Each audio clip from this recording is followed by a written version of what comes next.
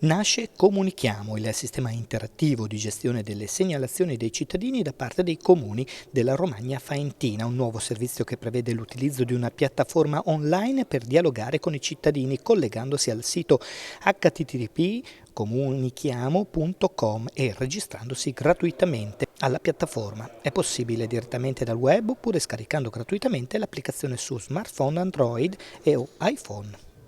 Come funziona Comunichiamo? È una piattaforma online sviluppata con uno spin-off dell'Università di Bologna, uno strumento molto importante per essere vicini ai cittadini e soprattutto per gestire in maniera strutturata le segnalazioni che quotidianamente arrivano dai cittadini.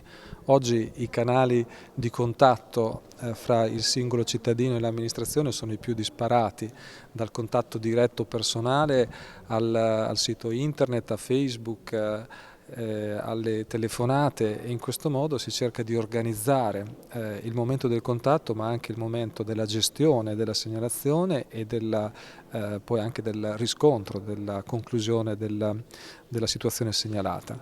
Quindi penso sia davvero un grande passo avanti compiuto dalle nostre amministrazioni, dico nostre perché è un progetto questo che abbiamo voluto come Unione della Romagna Faentina, a cui partecipano i nostri 6 comuni, e quindi certamente va nella direzione di qualificare e migliorare sempre più il rapporto col cittadino.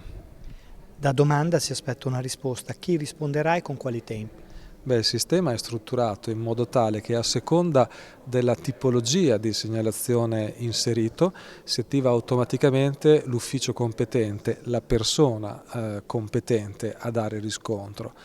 Quindi in questo modo c'è un smistamento immediato delle problematiche, e poi ci deve essere anche a seguire la risorsa competente per poter dare poi soluzione all'evento, alla problematica segnalata.